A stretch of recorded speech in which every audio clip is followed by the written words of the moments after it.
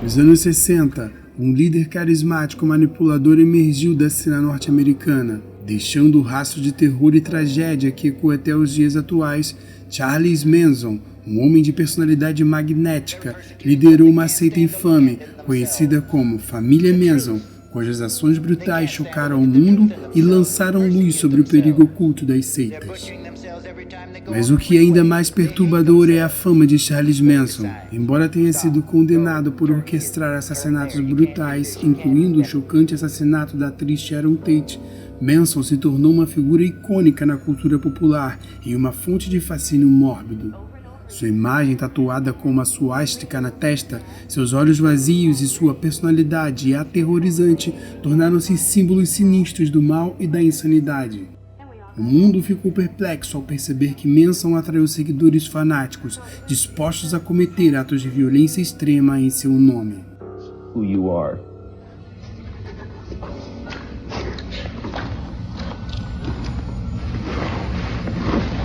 Nobody. I'm nobody. I'm a tramp, a bum, a hobo. I'm a boxcar and a jug of wine. And a straight razor if you get too close to me. Olá, tudo bem com vocês? Eu sou a Bruna e esse é o canal Bru Crime. No vídeo de hoje eu vou contar o caso do Charles Manson e da seita da família Manson. Se vocês notarem minha voz um pouco diferente é porque eu tô saindo de uma gripe, então já peço desculpa logo de cara aqui pra vocês. Também vou pedir para vocês se inscreverem no canal se vocês não forem inscritos, porque isso ajuda muito a gente. Dá like no vídeo logo no início e também me segue lá nas redes sociais, que lá eu posto mais meu dia a dia, mas também aviso quando tem vídeo novo. Então vamos ao caso?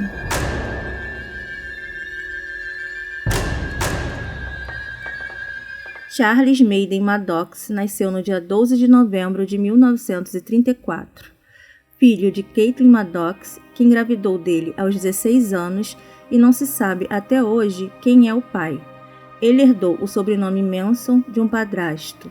A mãe de Charles foi presa várias vezes porque era usuária de drogas e prostituta. Durante a infância, o Charles ficava muito na casa dos avós e também com os tios, enquanto a mãe dele ficava presa. Ela foi presa várias vezes devido ao uso de drogas e também o alcoolismo. Então, devido a esse abuso de drogas que a mãe dele tinha, ela foi presa várias vezes e ele acabou tendo que morar com os avós durante as prisões da mãe. E uma certa época também ele foi morar com os tios. E lá na casa dos tios, o Charles sofreu abusos por parte do tio dele. Então esse meio que o Charles Manson vivia quando era criança não era um meio nada saudável. E por esse meio não ser nada saudável, quando o Charles era criança, ele já começou a cometer vários delitos, furtos, que acabou levando ele para ficar em reformatórios. Ele foi ficando em vários durante a infância dele. Até ele completar 18 anos, ele ficou, indo de um reformatório a outro. Em uma dessas vezes que ele estava nesse reformatório, quando era criança, ele conseguiu fugir. E quando fugiu, ele foi para a casa da mãe, só que a mãe não aceitou ele de volta, pegou ele e levou ele de volta para o reformatório. E lá nesse reformatório, ele passou por análises psicológicas que falaram que o Charles era uma criança fria e mentirosa, mas também que era uma criança sensível e carente. Ele sentia falta do amor da família, da mãe, coisa que ele nunca teve. E era sempre assim. Todas as vezes que ele fugia de algum reformatório, ele voltava a praticar delitos. E como eu falei, isso foi acontecendo até ele completar 18 anos. Entre fugas e prisões, ele ficou lá e só saiu de lá com 18 anos. Aos 19 anos, o Charles abusou sexualmente de um outro homem, o que fez ele voltar a ser preso. E dessa vez ele ficou preso no reformatório mais seguro e que ele não tinha como fugir. Então lá o Charles acabou ficando mais colaborativo, ele voltou a estudar, se alfabetizou, se dedicou a aprender várias coisas e, devido ao bom comportamento dele, ele foi solto. Quando Charles completou 20 anos, ele se casou e teve um filho. E para sustentar a nova família dele, ele começou a trabalhar fazendo bicos. E nesses bicos ele recebia muito pouco. Foi quando ele resolveu que ia voltar a roubar, só que dessa vez eram roubos grandes. Ele resolveu começar a roubar carros. Tá de sacanagem. Eu não tô nem conseguindo respirar e tu tá botando fumaça na minha cara. Com esses roubos de carros, o Charles acabou sendo preso de novo. E logo após essa prisão, a esposa dele resolveu abandonar ele e se separou. O Charles ficou 3 anos preso. E quando ele foi solto, ele se tornou um cafetão e também continuou com alguns pequenos roubos. Depois de 1 ano solto, o Charles abusou sexualmente de uma mulher e essa mesma mulher que ele abusou, ele deu um golpe financeiro. A mulher deu queixa dele na polícia, ele foi preso, ele estava com 26 anos nessa época e ficou preso por isso dos 26 aos 32 anos. Durante a prisão, ele ficou fixado na ideia de ser músico e passava a maior parte do tempo tocando violão e escrevendo músicas. Ele era obcecado pelos Beatles e queria ser famoso como eles. Em 1966, ele é novamente solto e é a época dos hippies lá da Califórnia e ele começa a fazer amizade com vários hippies.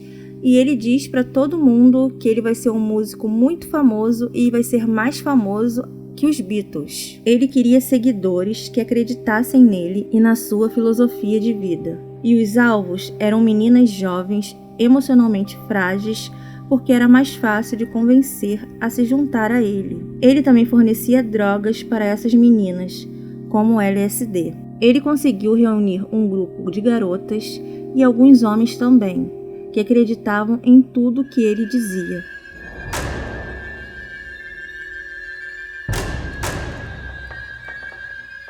As religiões estabelecidas como o hinduísmo, budismo e cristianismo têm uma história longa, contínua e uma base diversificada de seguidores ao longo dos séculos. Possuem sistemas de crenças e práticas espirituais bem estabelecidos, geralmente com um corpo doutrinário bem desenvolvido. As seitas, por outro lado, são grupos religiosos menores que emergem ou se separam de religiões estabelecidas, apresentando crenças ou práticas distintas. Alguns exemplos notáveis de seitas ao longo da história incluem o zoroatrismo, fundada por Zoroastro no século VI antes da Era Comum, ou os essênios durante o período do Segundo Templo, e os primeiros cristãos, que inicialmente eram uma seita judaica antes de se tornarem uma religião independente. As religiões estabelecidas são amplamente reconhecidas e socialmente aceitas, tanto pelos seus seguidores quanto pela sociedade em que estão inseridas. Elas podem buscar o diálogo interreligioso, participar de instituições ecumênicas e adotar uma postura inclusiva na sociedade. Já as seitas tendem a ter uma adesão mais restrita e menos reconhecimento pela sociedade em geral. Algumas seitas são vistas como desviantes ou marginais, muitas vezes sendo alvo de preconceito ou rejeição. O carisma de um líder é uma das principais ferramentas para atrair seguidores em uma seita. Charles Manson exibia uma personalidade magnética, persuadindo seus seguidores com palavras eloquentes e uma presença carismática. Ele se apresentava como guia espiritual capaz de conduzi-los para um novo caminho de iluminação e salvação.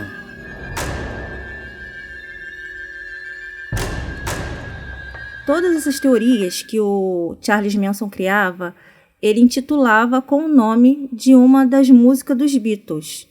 E a teoria que ele criou, que ficou mais famosa, foi a que ele intitulou de Helter Skelter. E essa teoria basicamente era que teria um caos racial nos Estados Unidos, onde teria uma guerra. E assim que essa guerra acabasse, ele ia ser o líder e teria poder na dinâmica do mundo todo. E quando essa guerra começasse, o plano era ele e as pessoas da família Manson se esconderem num deserto e ficarem lá até a guerra acabar.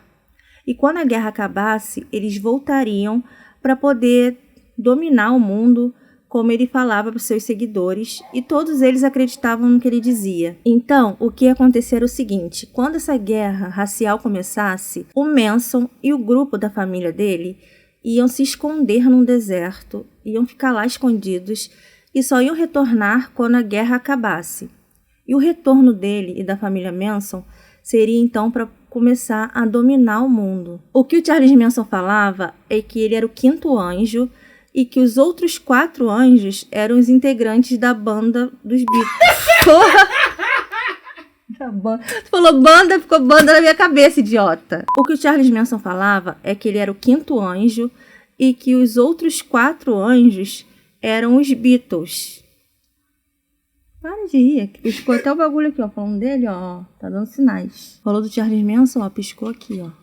Tá sinistro. O grupo da família Manson não parava de crescer e eles sobreviviam pegando resto de comidas de restaurantes e de latas de lixo que eles encontrassem, e era assim que eles iam se alimentando e vivendo ali. Eles consumiam muitas drogas, era sexo livre, e eles idolatravam o líder deles, né, que era o Charles Manson, e acreditavam em absolutamente tudo que ele dizia. O Charles Manson tinha 32 anos nessa época e a maioria dos seus seguidores eram menores de idade, entre 16 e 19 anos, no máximo 21 anos.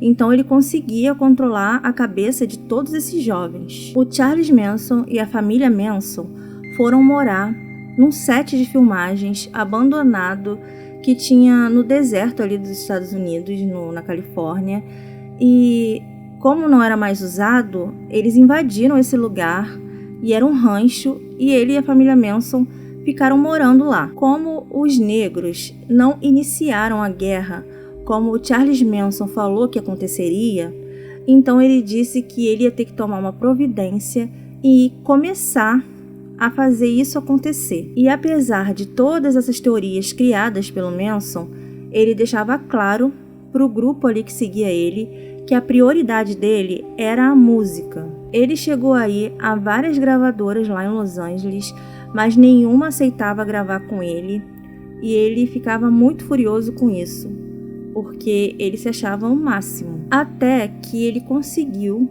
que um produtor musical fosse até o rancho para conhecer as músicas dele, e esse produtor musical se chamava Terry Melch, e ele era ali envolvido com muitas bandas e muitos cantores famosos. Ele foi até lá, ouviu o Charles Manson cantando, mas ele não gostou muito, então ele não quis contratar o Charles para a gravadora dele. E foi logo depois que isso aconteceu que o Charles Manson começou a dizer ao grupo que tinha chegado a hora de colocar o plano Helter Skelter em prática. Então, todo o grupo ali da família Manson se reuniu para começar a praticar como eles iriam fazer isso. Eles faziam um treinamento de tiros e de como esfaquear alguém. Tinha um dos integrantes chamado Tex, que era um homem que morava lá com eles, que ensinava as meninas e todo mundo que estava ali de como uma pessoa tinha que ser esfaqueada. Ele mostrava todos os detalhes e ia treinando todo mundo. A ideia, né, do Charles Manson era de que eles cometessem crimes e que a culpa caísse sobre os Panteras Negras, que aí talvez começasse essa guerra racial, como ele dizia que ia acontecer. Na madrugada do dia 8 para o dia 9 de agosto de 1969, 4 seguidores de Charles foram enviados em missão na cidade de Los Angeles, e ele ordenou que eles agissem de maneira brutal e violenta com quem estivesse no local. A casa que o Charles Manson escolheu para ser atacada era a casa que morava aquele produtor musical que recusou ele, o Terry Melch. Essa era a casa, era o primeiro alvo da família Manson. Só que tinha um detalhe: o Terry não morava mais lá nessa casa, só que o Charles não sabia. Ele já tinha saído de lá e já tinha alugado a casa para uma outra família. Quem estava morando na casa era a atriz Sharon Tate e seu marido Roman Polanski, que é um cineasta muito famoso. Sharon estava grávida de 8 meses e meio de seu primeiro filho, e Roman Polanski não estava na casa na noite em que ela foi invadida. Sharon estava na casa com alguns amigos, Abigail Folger, Jay Sabring e Frykowski. A primeira vítima da família Manson, assim que eles chegaram na casa, foi um amigo do caseiro, de apenas 18 anos, que tinha ido lá visitar o amigo e já estava dentro do seu carro. E quando a família chegou no portão da casa e avistaram ele dentro do carro, o nome dele era Steve Parent, ele estava lá, no carro dele. E assim que a família chegou e viram ele lá no carro, um dos integrantes da família se aproximou do carro. O Tex Watson chegou perto do vidro do carro e assim que ele abaixou o vidro do carro, ele deu 4 tiros nele e ele morreu na hora. Depois disso, a família Manson cortou todos os fios de telefone da casa. Quando a família Manson entrou na casa, viram Frykowski dormindo no sofá da sala. Tex o acordou e disse que era o diabo. Depois, o grupo reuniu as outras vítimas também. Jay Sabring sabia lutar e tentou se defender, e Tex o matou a tiros. Nesse momento, todas as vítimas entraram em pânico. Abigail e Frykowski tentaram fugir. A Abigail conseguiu sair da casa, mas foi dominada por Patrícia, que a esfaqueou. Frykowski foi dominado por Susan, que também o esfaqueou, e Tex bateu nele com um revólver. Nesse momento, a única viva era Sharon Tate. A Sharon implorou pela vida dela, implorou pela vida do bebê. Ela já estava com quase 9 meses, mas a Susan falou que não ia ter nenhuma piedade. O Tex enrolou uma corda no pescoço da Sharon e depois esfaquearam ela por 16 vezes. Susan pegou uma toalha, molhou com o sangue de Sharon e escreveu a palavra pig na porta da frente. 12 horas depois, os corpos foram achados por uma empregada da casa. Eu fico imaginando a cena dessa empregada ter chegado na casa e ter visto como ficou tudo e como estava todo mundo ali, porque falaram que era uma cena horrível. Eles foram esfaqueados várias vezes, acharam grávida, deve ter sido horrível para ela ter visto isso. Mas a polícia tinha poucas pistas de quem poderia ter cometido o crime, porque naquela época eles não tinham ainda testes de DNA. Então, o que eles poderiam fazer é vasculhar a casa para ver se achavam alguma coisa, e isso também acabava até contaminando a cena do crime. A princípio, a polícia achou que poderia ser um crime relacionado ao uso de drogas, que eles poderiam estar envolvidos ali com alguém do tráfico de drogas. Então, eles estavam seguindo por essa linha também. E enquanto a polícia estava ali investigando o crime contra a Sharon Tate, o grupo da família Manson estava se preparando para mais uma noite de terror. No dia 10 de agosto de 1969, o casal Lino e Rosemary LaBianca voltavam de uma viagem para a casa deles em Los Angeles. Eles passaram numa banca de jornal e na capa estava estampado o caso de Tate. O casal ficou chocado por saber que o crime aconteceu próximo à casa deles. Infelizmente, aquele seria o mesmo filme do casal LaBianca. Dessa vez, o Charles Manson participou do início ali do crime. Ele invadiu a casa do casal, amarrou eles e falou que tudo era um assalto e que não ia acontecer nada de ruim. Mas depois disso, o Manson saiu da casa e pediu para que o Tex e a Leslie terminassem o serviço. O Tex e a Patrícia levaram a Rosemary lá para cima, para o segundo andar, e mataram ela com 42 facadas. Depois eles desceram e o Tex matou o Lino, o marido da Rosemary, na sala. Mas antes de saírem da casa, eles fizeram um lanchinho ali e depois limparam todas as impressões digitais, todos os lugares que eles achavam que poderiam ter marcas e alguma coisa assim. Eles limparam tudo antes de sair. Em uma parede da casa, eles fizeram a mesma coisa que fizeram lá na casa da Tate. Eles escreveram em uma das paredes "Morte aos porcos". Na porta da geladeira, eles escreveram "Helter Skelter", também com sangue.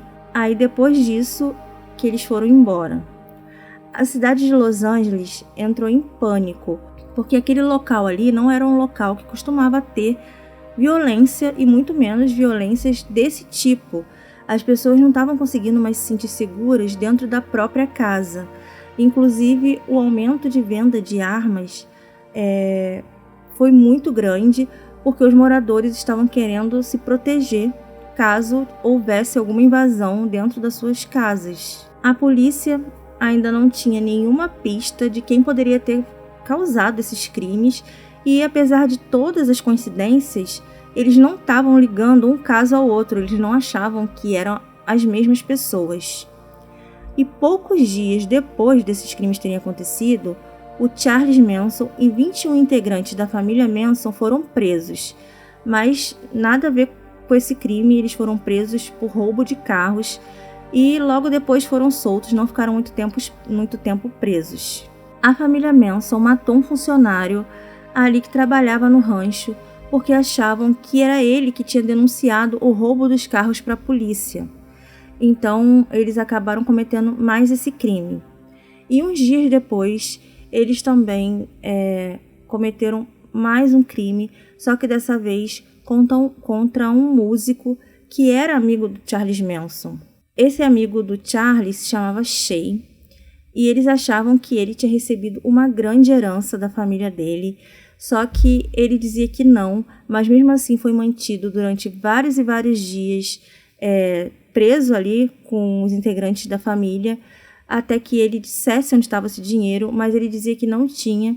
Então, depois disso, ele acabou sendo assassinado também pela família Manson. E depois de ter matado esse músico, eles também escreveram novamente palavras com sangue nas paredes. Alguns dias depois, a polícia acabou encontrando um dos integrantes da família Manson dirigindo o carro desse músico que eles roubaram depois de terem matado ele.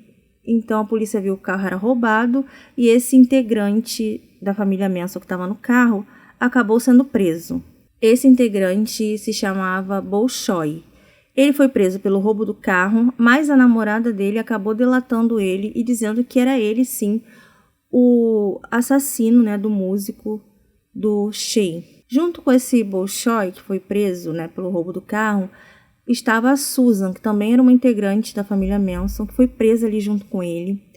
E lá na prisão, na cela, ela se gabava para outras presas, dizendo que ela participou na casa da Sharon Tate. Só que algumas das presas ali acabaram contando para a polícia tudo que ela tinha dito na cela.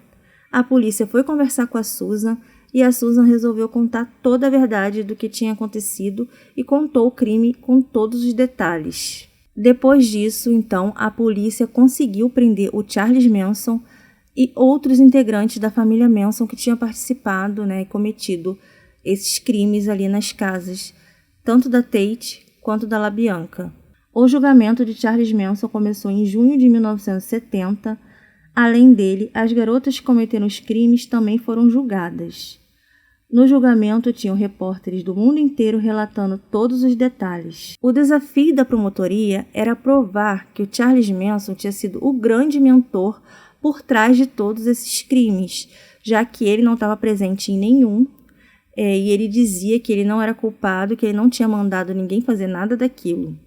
Então a promotoria precisava prender ele também, e uma das formas de prender o Charles Manson era provar que quem tinha planejado todo o crime tinha sido ele. Do lado de fora do tribunal virou um circo, porque vários integrantes da família Manson ficaram lá cantando e mostrando sua devoção e torcendo para a liberdade do Charles Manson. Dentro do tribunal lotado, Charles era a atração principal.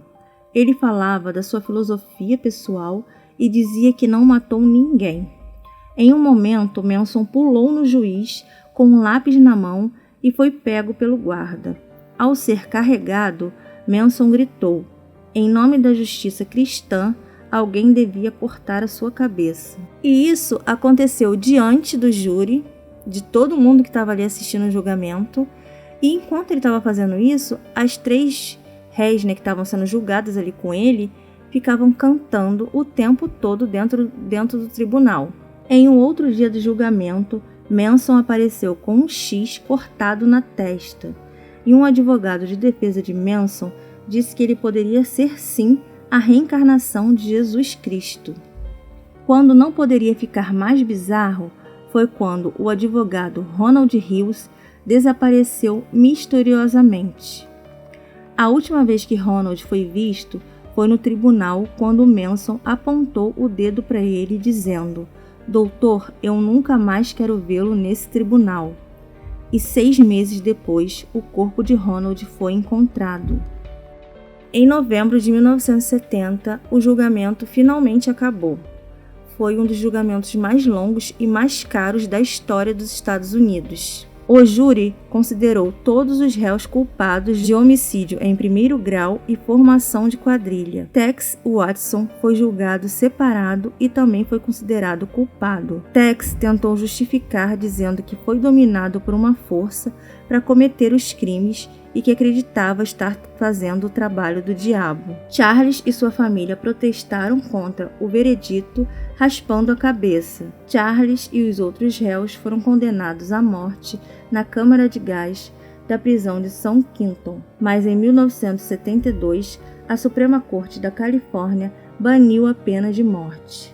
Suas penas mudaram para a prisão perpétua. Em junho de 2002, Leslie teve a condicional negada. Susan morreu na prisão devido a um câncer no cérebro em 24 de setembro de 2009. Charles Manson também morreu na prisão em 19 de novembro de 2018, com 83 anos, devido a causas naturais. Leslie deixou a prisão no dia 11 de julho de 2023, após mais de 50 anos presa.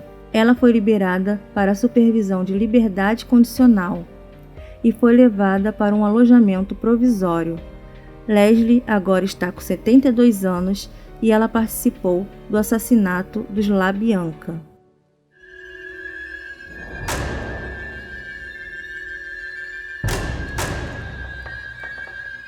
O massacre em Jonestown, nos anos 70, liderado por Jim Jones, levou 918 pessoas à morte após ingerirem cianureto sob as suas ordens.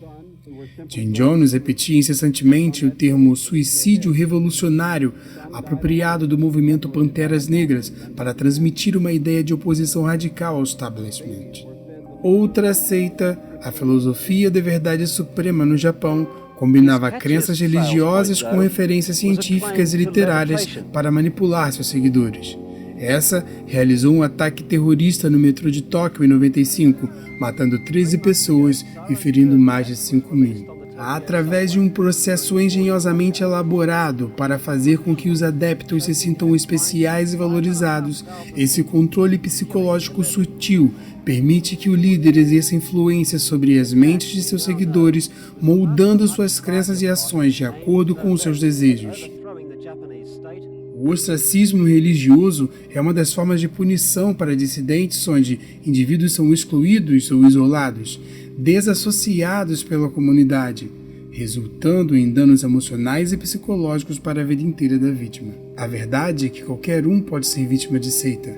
Mesmo as seitas corporativas ou esportivas, com rígidas regras ao estilo de vida, podem causar danos físicos e psicológicos irreparáveis. Compreendendo a psique dos membros de seitas, podemos tomar medidas para prevenir futuras tragédias e proteger a liberdade e segurança de parentes e amigos à nossa volta. Mesmo assim, segundo pesquisadores, ninguém de livre e espontânea vontade é induzido a nada que já não queira inconscientemente. Então eu pergunto, quem aqui não quer a resposta? Então, gente, esse foi o caso de hoje, o crime religioso de hoje. Lembrando a vocês que a gente faz 2 vídeos por semana, um contando casos religiosos e o outro contando casos criminais longos com muitos detalhes. Espero que vocês tenham gostado. Esse caso do Charles Manson já é bem conhecido, então me diz aí nos comentários o que vocês pensam a respeito da seita dele. E agora da Liberdade, dessa integrante que fez parte aí da família Manson, que apesar de estar com 72 anos, a gente não sabe como ela vai reagir aqui fora. Então me diz aí o que vocês pensam em relação a isso. Eu gosto muito de saber. e gosto muito de ler o comentário de vocês. Não esquece de se inscrever no canal e de deixar o seu like. Me segue lá nas redes sociais. Eu vou deixar um card aqui com o nosso último vídeo para vocês clicarem e irem lá dar uma conferida. Também deixem nos comentários dicas de casos que vocês querem que eu traga aqui para o canal. Eu vou pesquisar e vou trazer tudinho aqui para vocês. Então é isso. Obrigada por assistir o vídeo até aqui. Fiquem bem e até o próximo vídeo.